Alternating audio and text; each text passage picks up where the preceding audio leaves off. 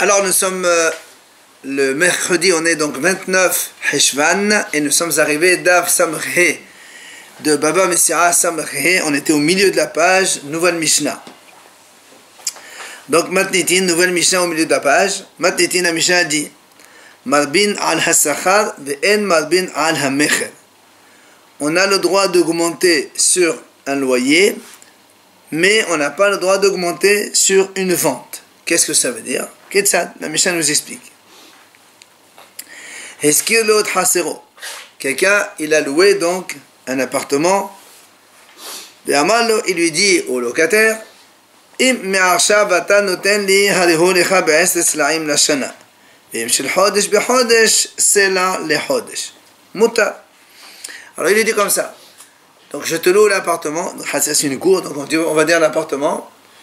Si tu payes à l'année, ce sera par exemple 10 dinars, voilà, 10 sla'im pour l'année. Si tu payes à l'année, tu auras 10 dinars pour l'année. Mais si tu payes au mois, tu paieras 12 dinars. 1 dinar par mois. La Mishnah dit dans ce cas-là, c'est mutar. On va expliquer dans la Gemara pourquoi c'est mutar. Ok? Maintenant, si c'est machalo tsadeu, il lui a vendu un terrain. Il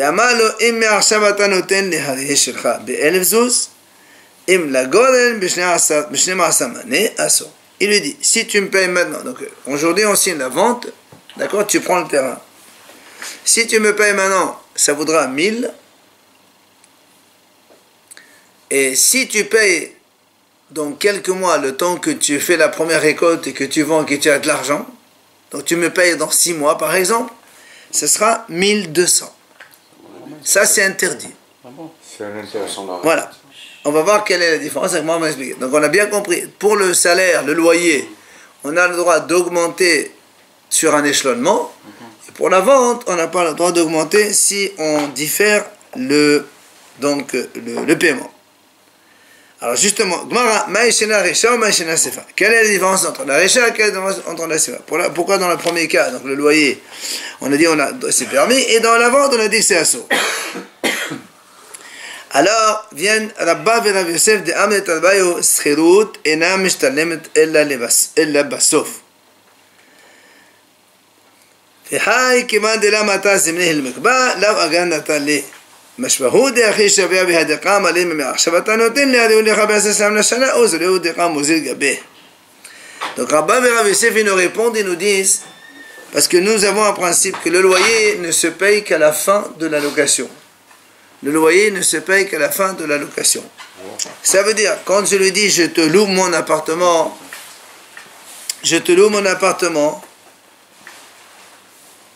le paiement il n'est pas maintenant. Normalement tu payes à la fin de la location. Et donc quand je te dis si tu me payes maintenant, en fait je fais une remise parce que le prix réel c'est quoi? C'est à la fin. À la fin de chaque mois tu payes 1000. Le prix réel c'est ça. Mais moi si je veux te faire une faveur, je te dis voilà, si tu veux payer maintenant, tu payes 10 000 au lieu de payer 12 000. C'est pour ça que c'est muta. Je suis pas en train de, on va voir, c'est pas comme la vente. La vente tu dois payer maintenant. Tu peux pas payer maintenant, tu payes en différé, alors tu payes plus, ça c'est l'intérêt. Mais là, la vérité c'est qu'il ne doit pas payer maintenant, il doit payer à la fin de la location. C'est le normal, c'est comme ça. C'est dans la Gemara, on paye à la fin. J'ai pas profité, je profite, à la fin je te paye ton loyer. Soit à la fin du mois, soit à la fin de l'année. Ouais, voilà. Soit à la fin de l'année. Normalement tu payes à la fin. Je te loue l'appartement, donc, normalement, pour un an. La location, c'est 1000 par mois. Chaque fin de mois, tu dois payer 1000. Maintenant, je te dis, si tu me payes avant, je te donne, au lieu de 12 000, tu payes 10 000, je te fais une remise. Remise, c'est motard de faire une remise. Alors que dans le cas de la vente, c'est pas une remise. C'est le prix réel, c'est celui de maintenant. Puisque quand on achète, on lui donne maintenant le terrain.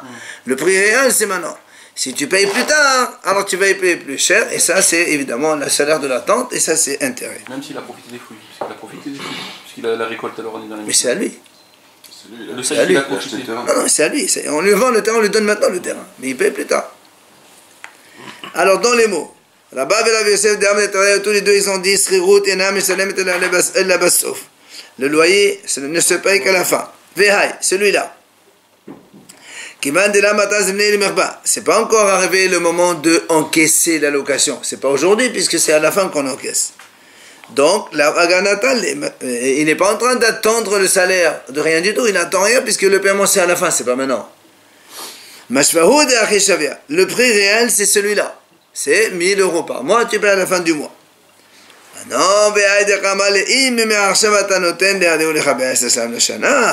Maintenant qu'il lui a dit, si tu payes maintenant, je te le fais pour 10 000 l'année au lieu de 12 000,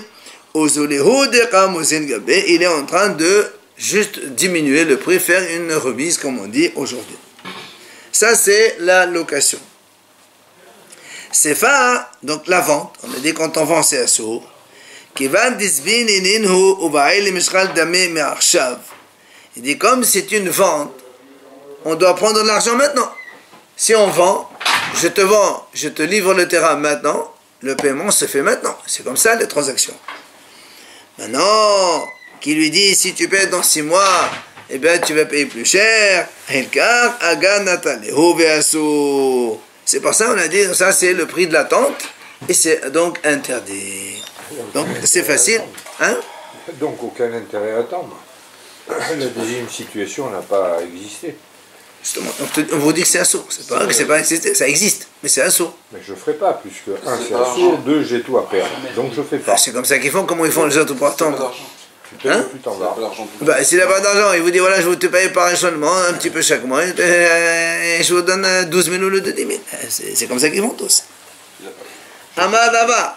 J'achète une baguette de pain et je vous la paye. Non mais attendez, quand vous avez les moyens de payer la baguette, c'est bien, mais quand vous n'avez pas les moyens, vous demandez un échelonnement. C'est ce qu'on fait aujourd'hui. Quand vous achetez, vous achetez un meuble qui coûte 10 000 euros, au lieu de le payer maintenant 10 000 euros d'un trait, vous payez en truc, en plusieurs échelonnements, ils vous font les intérêts dessus. Je suis acheteur, je paye les intérêts à la banque et vous encaissez vos sous tout de suite. Ça m'est égal, ça. C'est que vous payez le monsieur, à chez qui vous achetez, vous lui payez par échelonnement, il vous payez plus cher. Amarava, allez on continue. Amarava, il a dit Rava, Dakuba Rabbanan biha bilta. Les Hachamim ont voulu un petit peu comprendre cette chose-là, c'est-à-dire essayer de comprendre d'où on a appris que la location se paye à la fin. Alors, ils ont dit voilà, il y a un pasuk dans la Torah qui fait allusion à cette idée, à cette notion, comme quoi le loyer ne se paye qu'à la fin.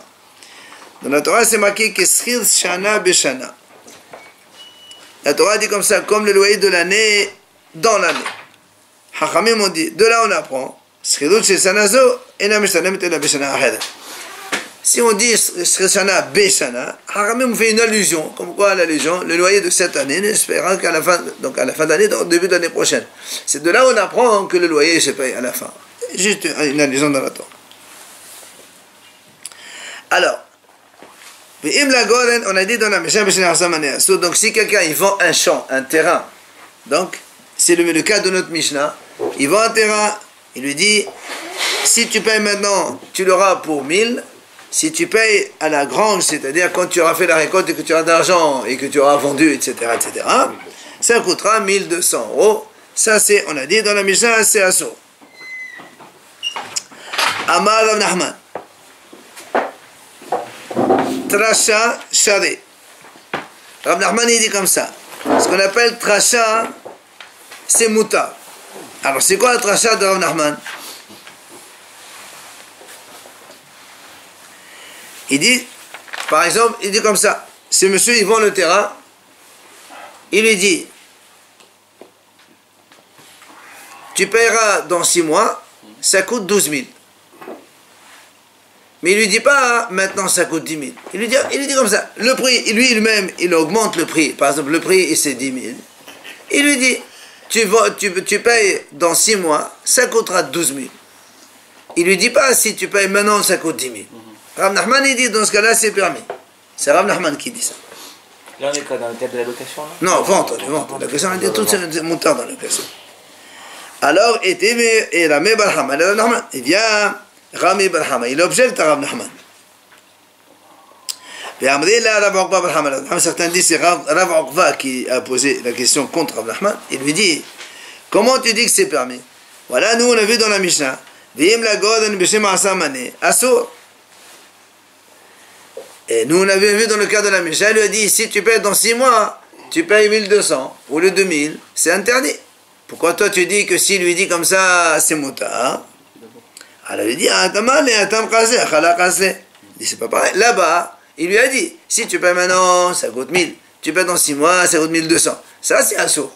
Mais moi, ici, je ne dis pas, si tu payes maintenant, tu payes 1000. Je dis, voilà, ça coûte 1200, tu payes dans 6 mois. C'est tout ce que je dis. Amala papa. Si l'acheteur vous met sur la piste, si je paye de suite. Vous n'avez plus le droit d'acheter par échelonnement. Comment? Vous n'avez plus le droit d'acheter par échelonnement. Ouais. Non, mais à ce moment-là. Si vous lui dites, si j'achète maintenant, combien ça coûte, il va te dire ça coûte moins, c'est absurde d'acheter par échelonnement. Avec un juif, hein, pas. Amara papa.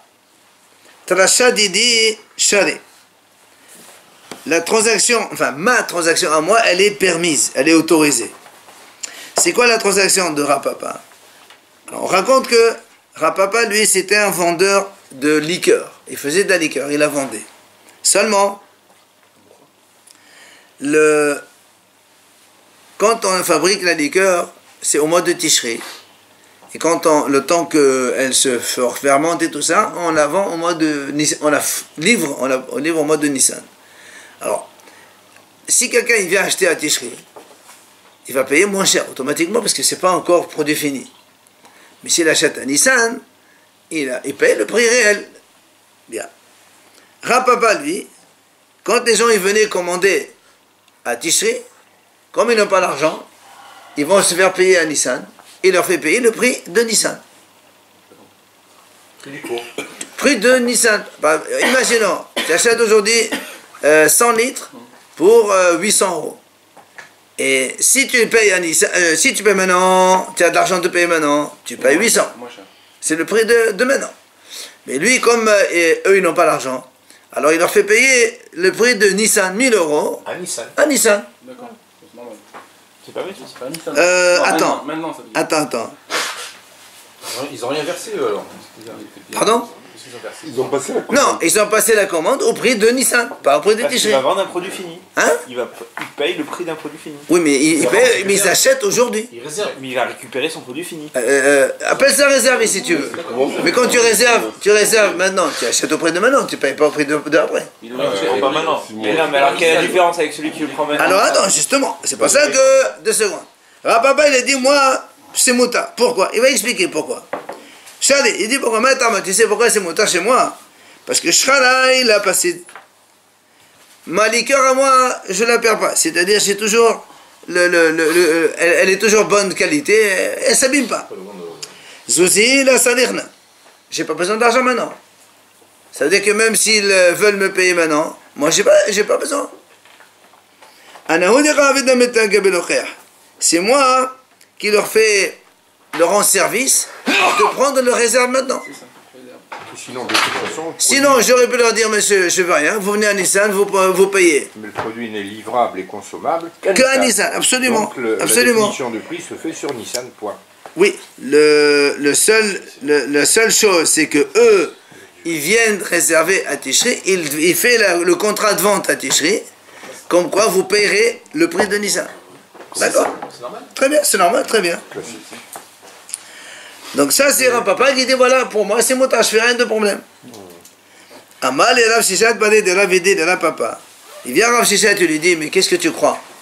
Toi, tu es en train de voir ton côté. Toi, tu vois ton côté à toi. Tu dis, ça, tu gagnes rien, tout ça, tu n'as pas à te reprocher. Mais il lui dit, Zilbata Didou, va voir côté client maintenant. S'ils avaient de l'argent, ces messieurs, ils auraient payé maintenant le prix de 800. Mais comme ils n'ont pas d'argent, tu leur fais payer 1000. Et moi, je suis le vendeur. Écoutez bien, et s'ils ont de l'argent maintenant, je viens commander chez vous, je vous paye maintenant, vous me comptez combien? 800, c'est maintenant. Si, c'est 800. Non, parce que moi je veux vous vendre un Nissan. Mais si vous ne vendez pas, c'est quelqu'un d'autre, moi c'est pas un problème. Vous, le Haram il dit, toi tu regardes ton côté comme quoi tu n'as rien gagné ni perdu. Mais s'il avait de l'argent sur lui, ce monsieur, il t'aurait donné 800, il t'aurait payé, livré maintenant. Comme il n'a pas l'argent, donc tu les fais payer plus cher. C'est encore une fois les intérêts. Qu'est-ce que ça s'en vaut?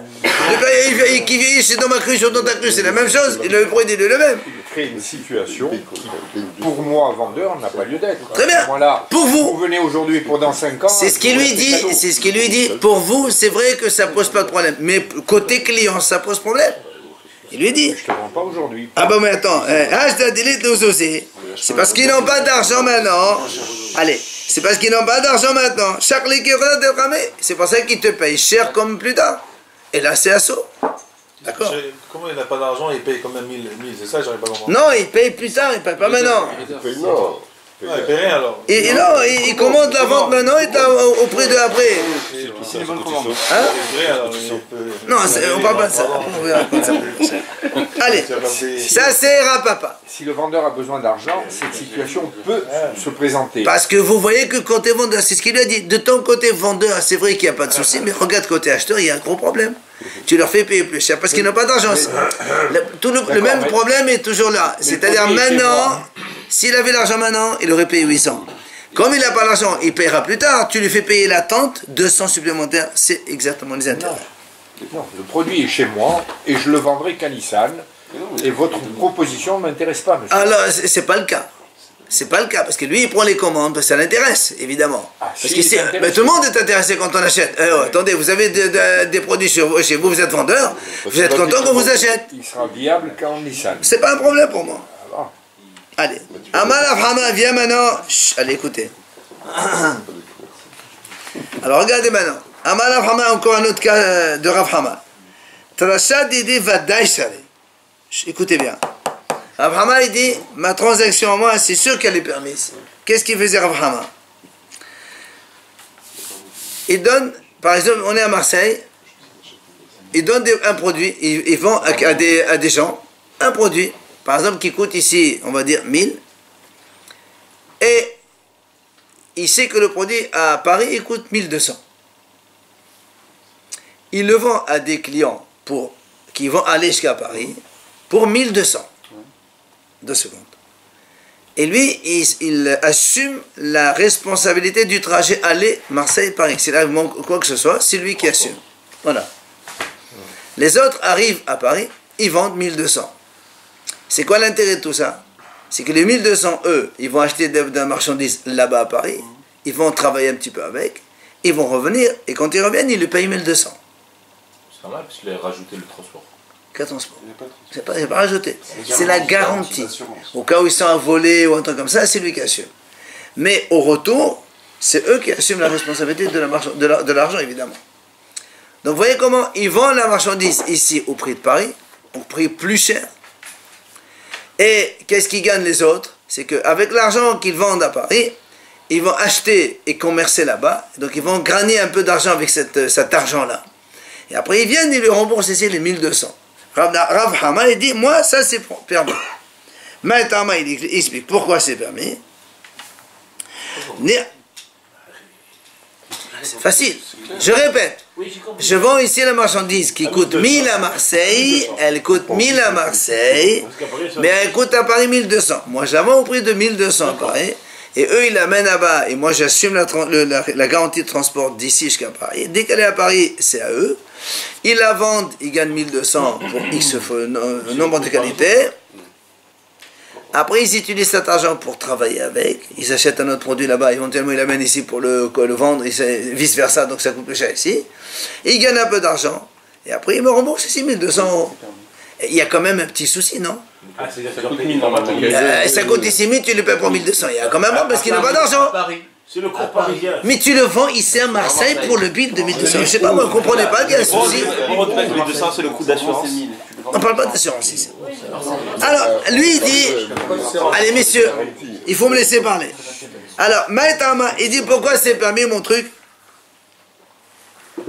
Il dit une chose, lui, comme ça. Il dit, voilà ce que je fais payer les 200 euros supplémentaires. Lui, il dit comme ça. Les acheteurs, ils sont contents que j'assume le transport jusqu'à la garantie du transport jusqu'à Paris. Pourquoi? Parce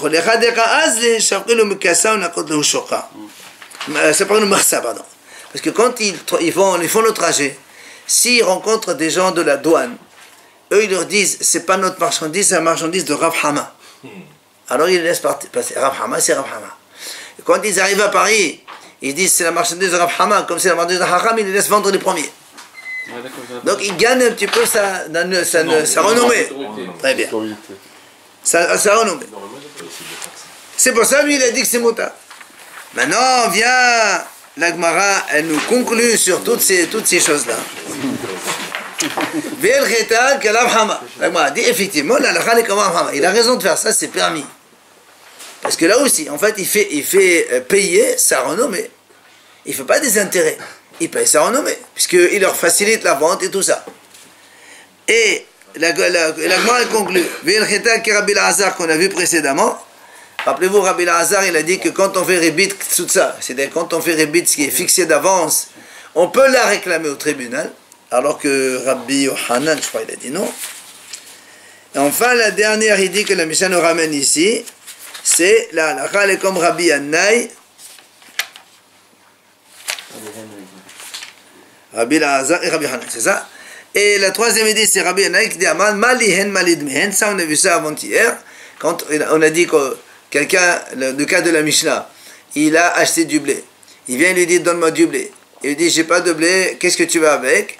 Il a dit je vais acheter du vin avec. Même si le prix du blé a monté, il a dit je prends cette valeur de blé. Tu n'es pas obligé de rembourser en fruits. En fruits. Tu peux rembourser en valeur de fruits. J'achète du blé pour 1000 euros, 1000 kilos aujourd'hui. Il me livre dans un mois. Dans un mois, le 1000 kilos, il valent 1100.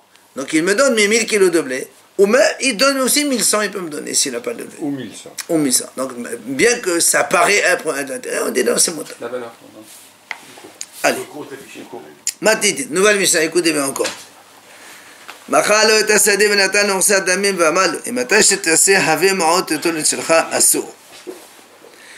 je vends un terrain à quelqu'un. D'accord? Il me donne un acompte. Par exemple, ça coûte 10 000. Il me donne 2000, admettons comme ça. Il me donne 2000. Et moi, je garde le terrain chez moi. Je lui dis, quand tu amènes les sous, prends ton terrain. Quand tu amènes les 8000 restants, je te donne le solde, je te donne le terrain.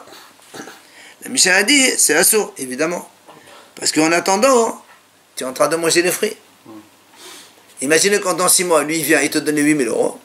Donc il a payé 10 000 euros depuis avant 6 mois. Oui, il a payé 2000 euros, il a payé un acompte.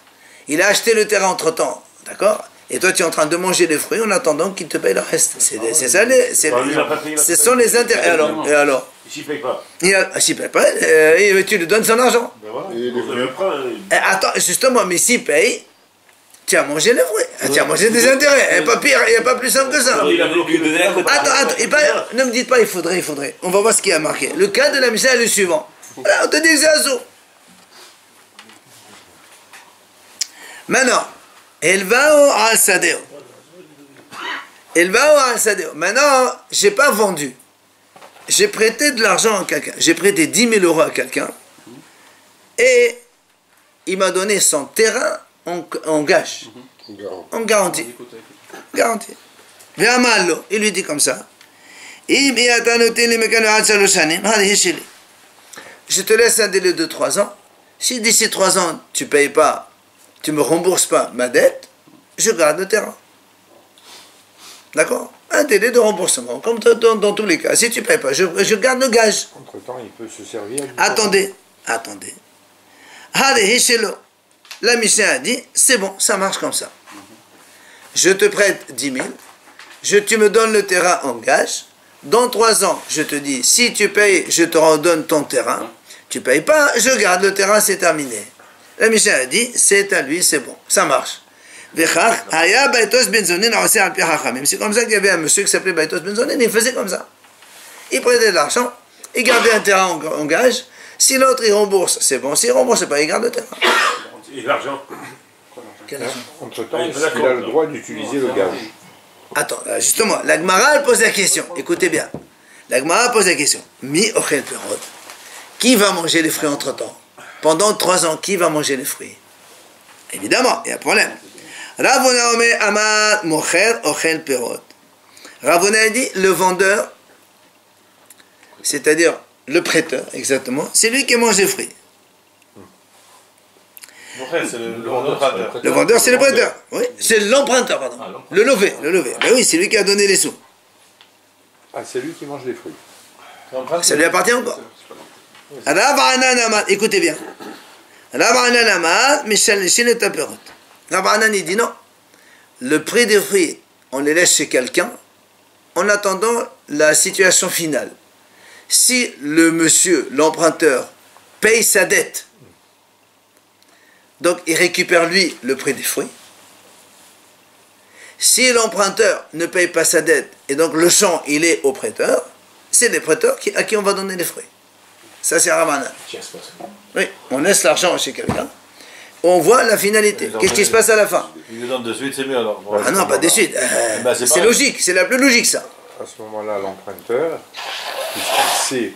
Il sait rien, on ne sait pas ce qui se passe. Il y a deux situations. Deux situations. Où l'emprunteur paye sa dette, il récupère son terrain, ou il ne paye pas sa dette, et c'est le prêteur qui va garder le terrain. Deux situations, deux possibilités. Le tiers qui est en train de garder l'argent des fruits, si le champ revient à l'emprunteur, il lui donne à lui les fruits. Si le champ il vient au prêteur, il donne les fruits à lui, c'est pas chaud. Mais, voilà, attends. Seulement là... Il peut y avoir une interrogation. Parce que dans le cas où il récupère son terrain, donc il a payé sa dette, il récupère son terrain. Il doit récupérer ses fruits. C'est ce qu'on a dit. Voilà, ok. Mais dans l'entretemps, monsieur, ce terrain il aurait pu rapporter 100 kilos de... C'est pas mon problème. Qui a dit que le terrain il est à vous? Je vous donne un gage. Normalement, le gage, on ne le touche pas. Quand je vous donne un gage, vous ne l'utilisez pas. Le problème, c'est qu'un terrain, ça produit. Alors on fait quoi avec la production? Voilà, tu l'as chez quelqu'un. Oui, mais vous êtes responsable de la production, c'est là où je veux en venir. Non, il n'y a aucune responsabilité. Il y a un terrain, ça pousse ou ça pousse pas. Je ne suis pas en train de travailler dedans, moi. Je fais rien, ça pousse. Je fais rien, je regarde. Bien sûr que non. D'accord. Maintenant, la Gemara nous dit quand même... Chut, écoute ça. Et la Gemara dit quand même, Velaplig. Ravuna qui a dit, c'est l'emprunteur qui mange les fruits. Et Rabbanan qui a dit, on laisse l'argent chez un tiers. En fait, ils ne discutent pas. Ils sont d'accord tous les deux. Comment ils sont d'accord? Ils ne sont pas d'accord. Il dit voilà. La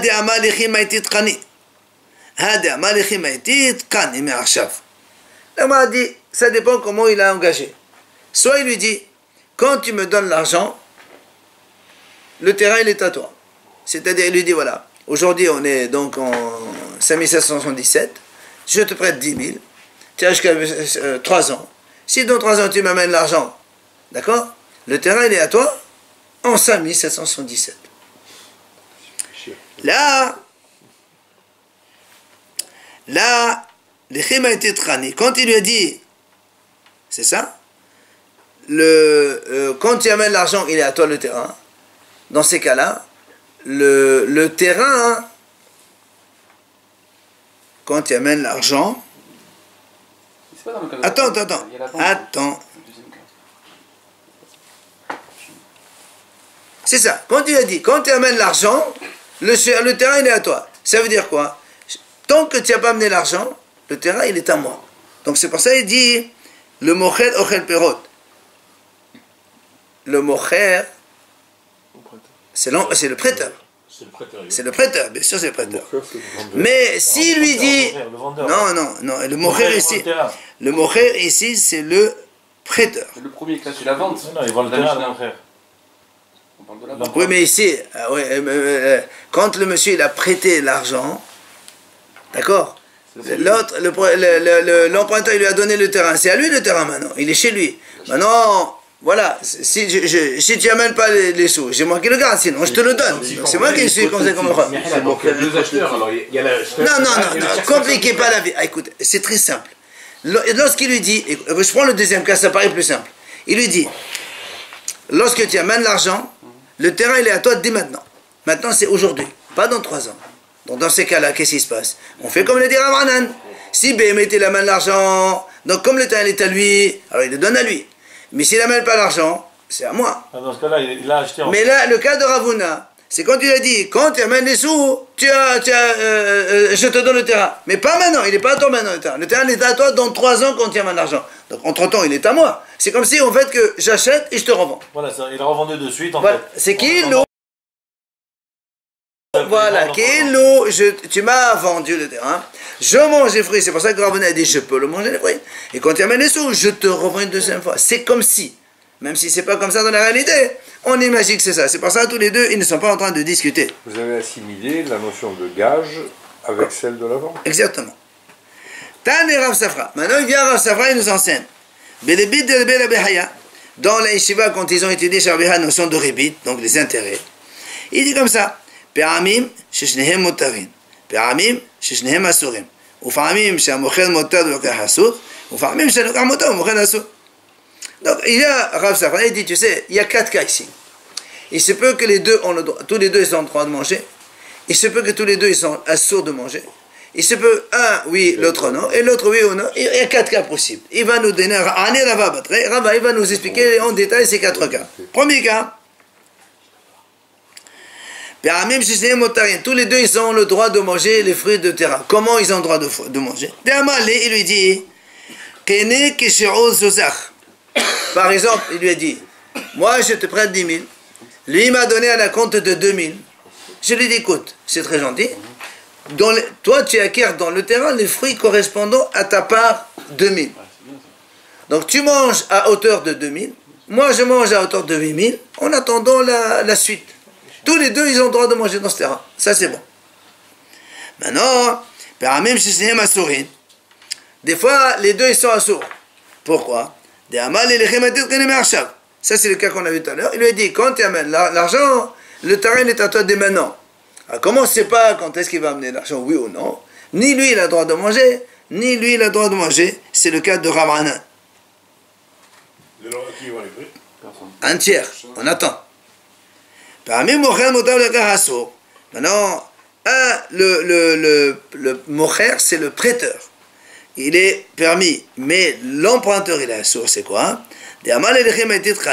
Quand tu dis, quand tu amènes l'argent, tu as le terrain. C'est-à-dire, pour l'instant, le terrain il est à moi. Donc moi j'ai le droit de manger, tu n'as pas le droit de manger. Après, c'est comme une autre vente, comme on a dit tout à l'heure. Le contraire,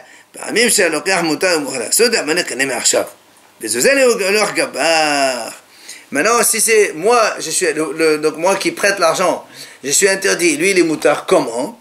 Quand il lui dit comme ça, il lui dit, écoute, le terrain il est à toi. L'argent que je t'ai donné, c'est comme un emprunt. Quand tu me les rends, eh bien, je récupère le terrain. Alors, dans ces cas-là, c'est le... Alors, il lui dit, je te prête 10 000. Tu me donnes le terrain. Engage. Moi, je te dis que le terrain, il est à toi dès maintenant.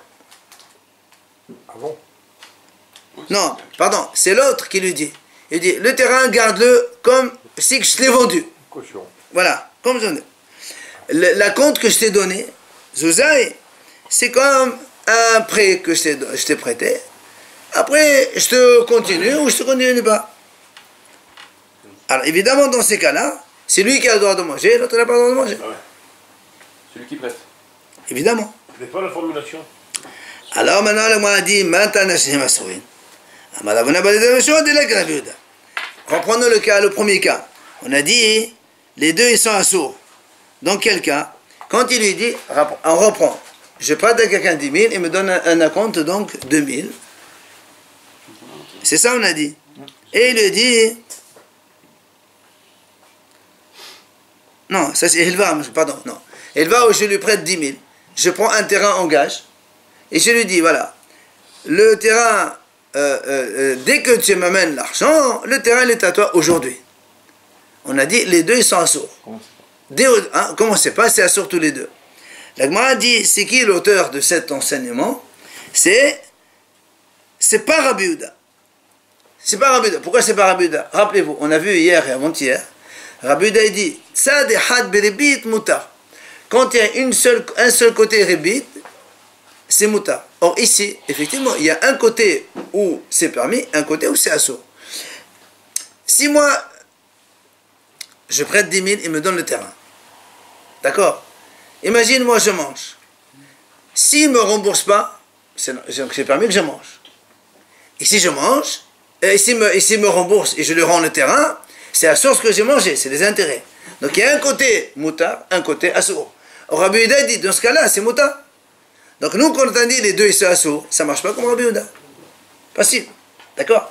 Quand il y a une situation qui peut aboutir à une situation d'intérêt ou qui peut aboutir à une situation permise, selon Rabbi Yehuda, il a dit, on a le droit de faire ça. Donc ici aussi. Or, ici, qu'est-ce qu'on a dit? Les deux, elles sont assourds, donc c'est pas Rabbi Yehuda. Parce que Rabbi Yehuda dit, quand il y a un côté ribit, c'est mouta. Et là, il y a un côté ribit et un côté qui n'est pas ribit. D'accord? En fonction de la fin de la situation. Comme l'agma dit, Rabbi Yehuda amar, ça, des had ribit mouta. D'accord? Un autre cas. Mishkel lo bait, mishkel lo sade. ואמר לו, לכשתעשה למוחרם לא תמקדם אל הליבד בדמים הללו. Assour. Moi, je prête à quelqu'un 10 000. Il me donne en gage un terrain ou une maison. D'accord?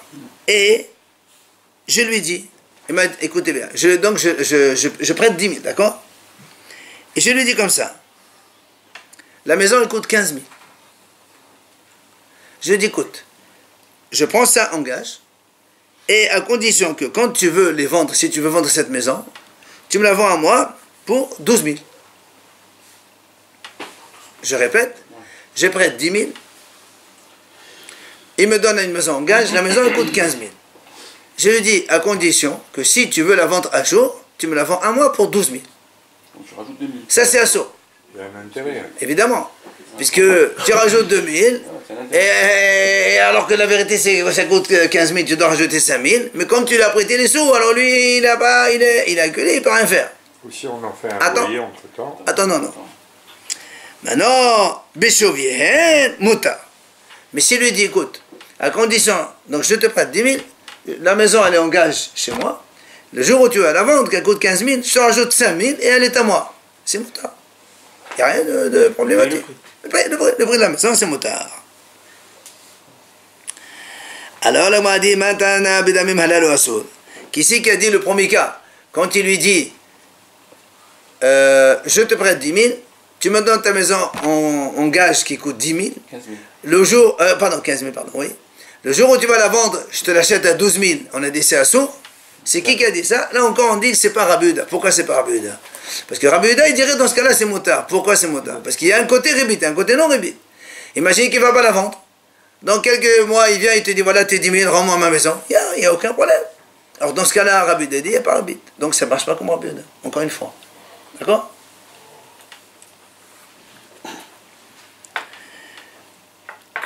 Continuons.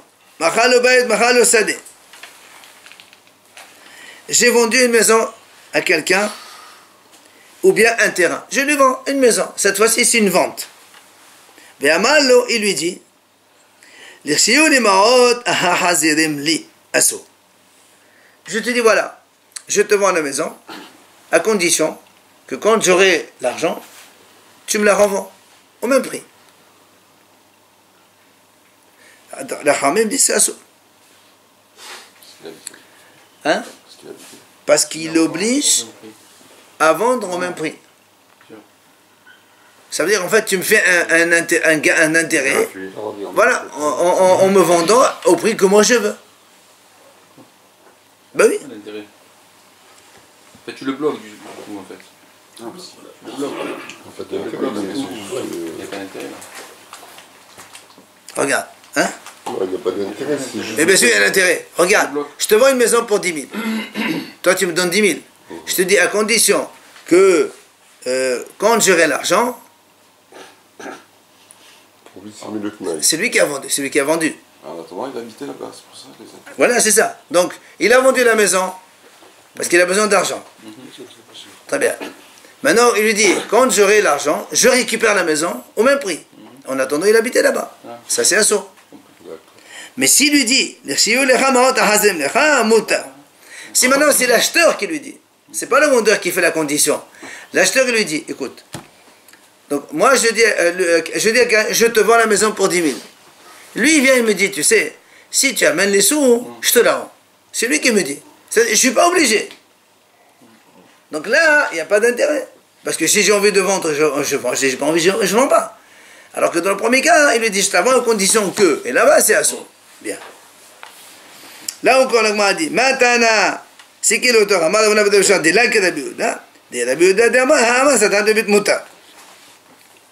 Donc, l'agma a dit, c'est qui l'auteur? C'est encore pas Rabbi Yehuda. Parce que là aussi, il se peut qu'il n'y a pas de rébit. Parce qu'il lui dit, quand tu vas la vendre, quand j'aurai l'argent, je la rachète. Et s'il n'a pas l'argent, il ne va jamais la racheter. Dans ce cas-là, il n'y a aucun problème. C'est une transaction permise. Je te vends une maison pour 10 000. Tu ne reviens jamais la racheter. Ah ben voilà, c'est parfait, c'est terminé. Donc c'est mouta. C'est pour ça que même si après, il y a un côté rébit, selon Rabbi Yehuda, c'est permis de faire ça. Maintenant, là, on a dit, Maïshena Risha ou Maïshena Sefa. Pourquoi dans le premier cas, on a dit c'est assuré, dans le deuxième, c'est permis? On a dit, mais c'est pas d'amalé medate. Encore une fois, donc, quand c'est moi qui vends, je mets ma condition. Je te vends la maison. Parce que maintenant, j'ai besoin d'argent. Mais quand j'aurai la maison, je t'oblige à me rendre la maison. D'accord? Donc ça, c'est une obligation. Donc tu obliges le monsieur à rendre la maison au même prix. Et en attendant, il habite là-bas. Ça fait donc rébit. 2 secondes.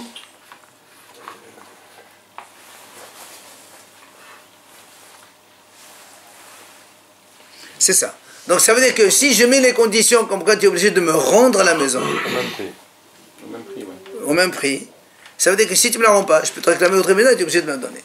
Puisque c'est la condition. Et donc là, c'est ce qu'on a dit tout à l'heure, il habitait entre-temps dedans, donc ça fait intérêt.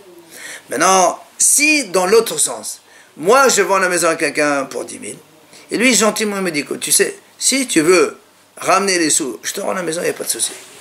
Mais ça, c'est lui, l'acheteur, qui me fait la condition. Et lui, il me le fait midaté.